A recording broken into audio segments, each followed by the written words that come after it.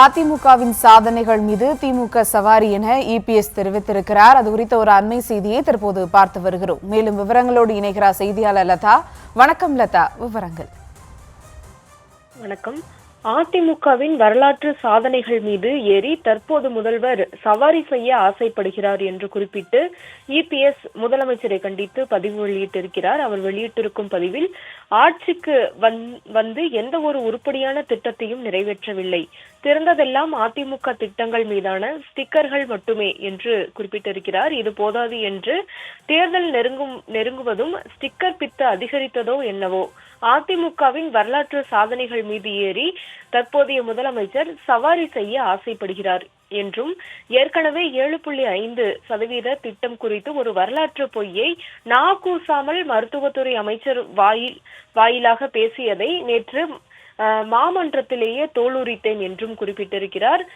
நேற்று மாலை தனது தொடர் ஆடியோ லான்ச் மேடை அரசியலின் அங்கமாக விளையாட்டுத்துறை சார்ந்த விழா ஒன்றில் மேடை ஏறிய முதல்வர், விளையாட்டு வீரர்களுக்கான 3% இடஒதுக்கீடு திட்டத்தின் பலன்கள் மீது தனது பெயரை எழுதிக் கொள்ள முனைந்தது வேடிக்கையாக இருந்தது என்றும், விளையாட்டு வீரர்களுக்கான அரசு பணிகளில் இடஒதுக்கீடு என்பது 2018 எனது தலைமையிலான அதிமுக அரசு 2% அதிகரித்தது. இதற்கு நன்றி தெரிவித்து விளையாட்டு வீரர்கள் அளித்த விழாவில் அந்த இடஒதுக்கீட்டை 3% உயர்த்தி நான் அறிவித்தேன் என்றும் இபிஎஸ் குறிப்பிட்டிருக்கிறார்.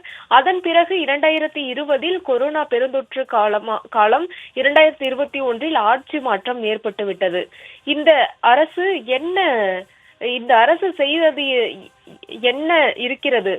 பணி ஆணைகள் கொடுப்பது போல் போட்டோ எடுத்துக்கொள்வது மட்டுமே இந்த முதல்வரின் ஒரே பங்களிப்பு என்றும், 7.5% மருத்துவ இடஒதுக்கீடாகட்டும், 3% விளையாட்டு வீரர்களுக்காக அந்த ஒதுக்கீடாகட்டும், நான் அரசு பள்ளியில் படித்தவன், விளையாட்டு வீரர்களின் உணர்வுகளை புரிந்தவன் என்ற முறையில் அவர்களுக்காக பார்த்து செய்த சாதனை திட்டங்கள், இதையெல்லாம் முதலமைச்சருக்கு எப்படி புரியும்?